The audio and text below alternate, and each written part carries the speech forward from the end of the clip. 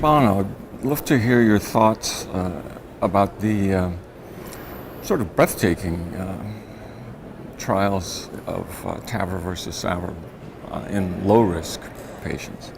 Yeah, I agree. They're kind of breathtaking and really historic. We've seen this evolution from the sickest of the sick patients to the high-risk patients to the intermediate and now the low-risk patients. The important takeaway there is that's where the majority of patients are with aortic stenosis. TAVR has already taken over the landscape of treating patients who've got really severe comorbidities and high risk, even intermediate risk. That's just a small snippet of all the patients out there with aortic stenosis. The vast majority of patients undergoing surgical aortic valve replacement are the low-risk patients. And therefore, at the current time, we have no indication for TAVR. Right now, SAVR surgical AVR has been the treatment standard for those patients. So until today, when we have these two groundbreaking trials, very well done. One following patients for 1 year, that's the Partner 3 trial, one following patients for 2 years, that's the Evolute trial with the Medtronic device. Very similar results, very concordant results regarding the outcomes of patients.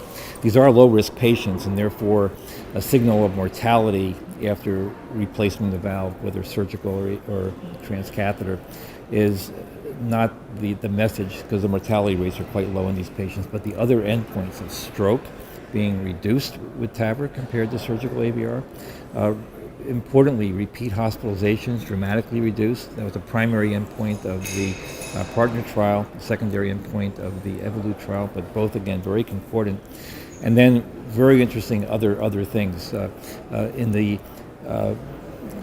Partner 3 trial, no difference in pacemaker utilization, no difference in significant paravalvular regurgitation, marked reduction in atrial fibrillation, and importantly, marked improvement in quality of life, both short-term and even carrying out into long-term. So this is what our patients want. These are low-risk patients. They want a good outcome.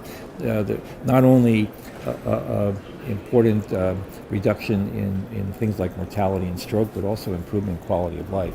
And I think those are really important messages. This is going to change things, I think, quite dramatically.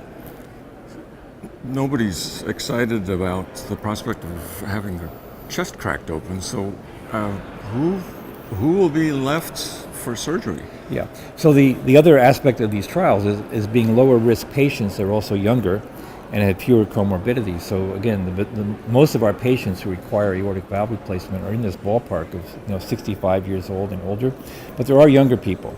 And so what this trial does not address are the younger individuals who might still be candidates for mechanical valves because of the durability of a mechanical valve, and they would still require mechanical surgical prosthesis with anticoagulation. So as we move into really younger people, then the mechanical valve versus bioprosthetic valve becomes the issue. But if the decision is made for a bioprosthetic valve, this, I think, would just change things. So at our institution, we replace most of our patients over the age of 45 or 50 with bioprosthetic valves. So this is going to move into that territory now. But in the younger people, age 20, 30 or so, who may have bicuspid valves or other congenital abnormalities, where mechanical valves are often used because of their durability, that's, I think, would still be a surgical option.